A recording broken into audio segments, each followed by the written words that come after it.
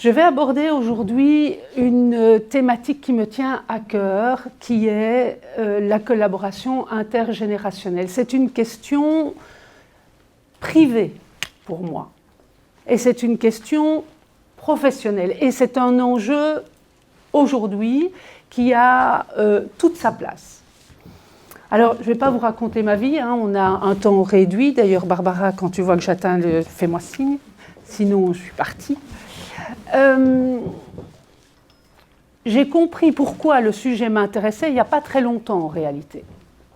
Et je l'ai compris quand j'ai dû retravailler un tout petit peu sur l'historique de ma famille. Je viens d'une famille d'entrepreneurs. On l'a dans notre ADN. D'artisans. Mon père était né en 1908. Je viens d'une fratrie de 6 enfants, je suis la cadette. Mon frère aîné est né en 1944.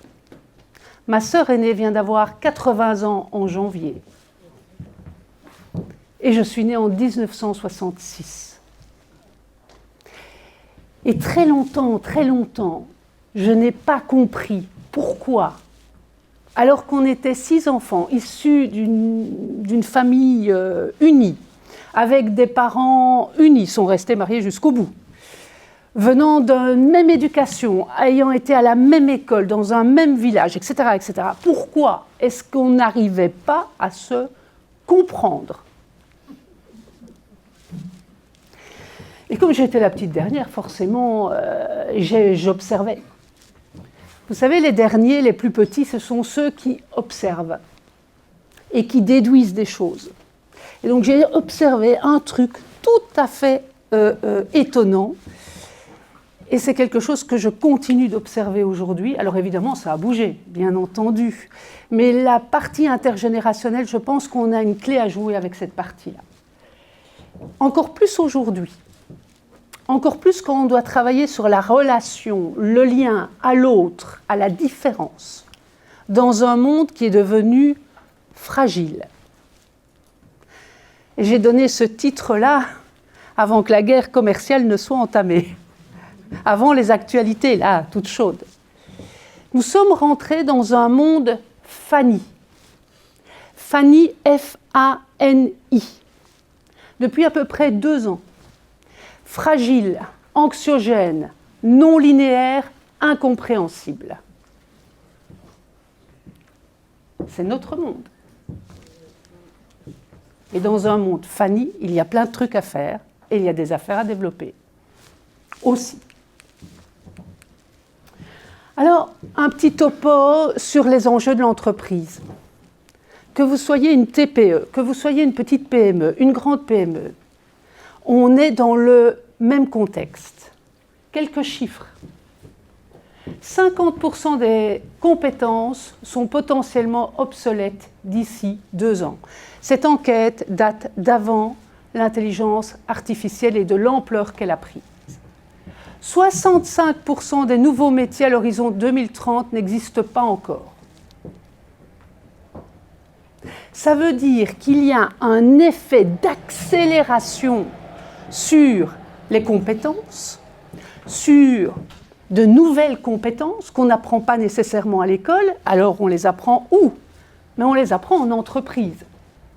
La moyenne européenne de l'engagement est de 13%.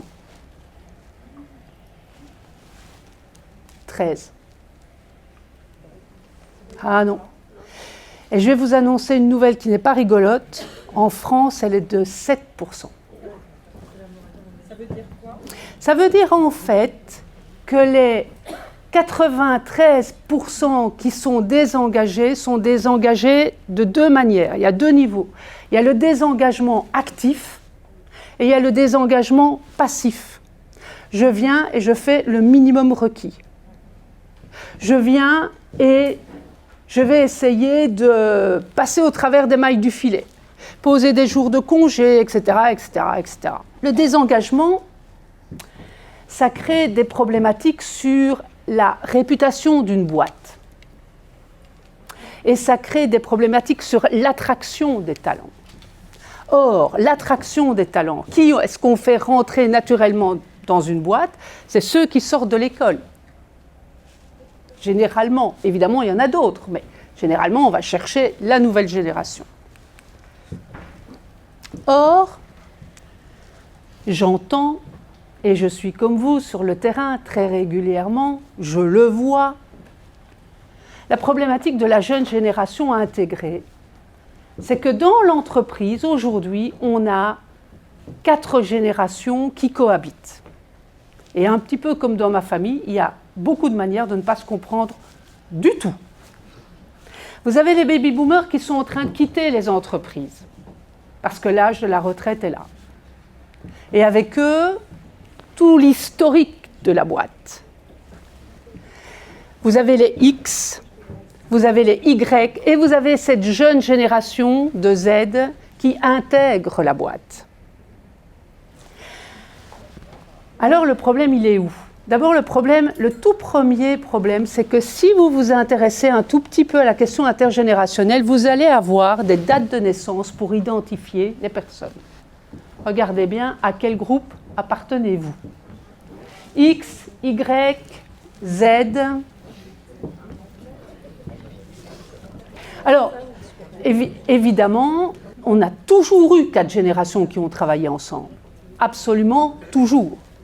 Pourquoi est-ce qu'à un moment donné, on a commencé à parler d'Y, de X, de ces lettres-là? Bien, simplement parce que ce sont les Y, il y a 8 à 10 ans, qui ont commencé à poser des problèmes à l'entreprise, dans l'entreprise. Le X, par rapport au 4, c'est quelqu'un qui va respecter l'autorité, la hiérarchie, la règle, les normes. Il les a même construites et les processus. Le Y, il ne respecte absolument pas l'autorité et la hiérarchie ne l'intéresse pas. Il va respecter l'expertise. Et s'il sent que quelqu'un a un poste qu'il ne méritait pas, il ne va pas le respecter, ne rentrera pas dedans.